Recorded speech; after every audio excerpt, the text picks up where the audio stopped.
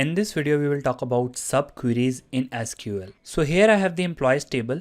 Here in the employees table, I have the first name, last name, birth date, gender and hire date for all of the employees, whether they are managers or whether they are general employees. Okay.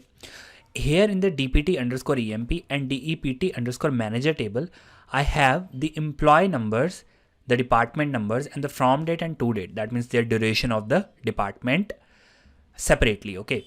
So here I will find all of the IDs of the manager employees, and here I will find all of the IDs of the general employees. Okay.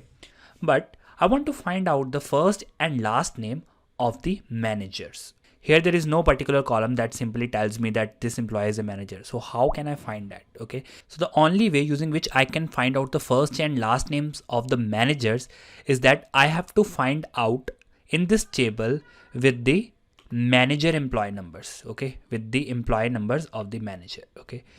And here we can simply make use of subquery to get quick results.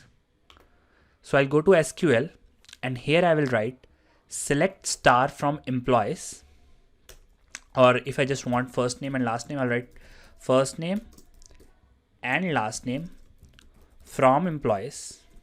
Okay. And here I will write where emp_number in. Okay. I told you the usage of in operator, and here within the parenthesis, I have to specify all of the employee numbers that belongs to managers. Okay. But the employee numbers are in this table. Okay. So here in this case, I can simply write a subquery within this parenthesis. I will write select emp_number from dept_manager. Okay. So this query will get all of the manager employees numbers and will put it within the parenthesis that will be used within the where clause along with the in operator to fetch the first and last name of only the manager employees. So I will run this query.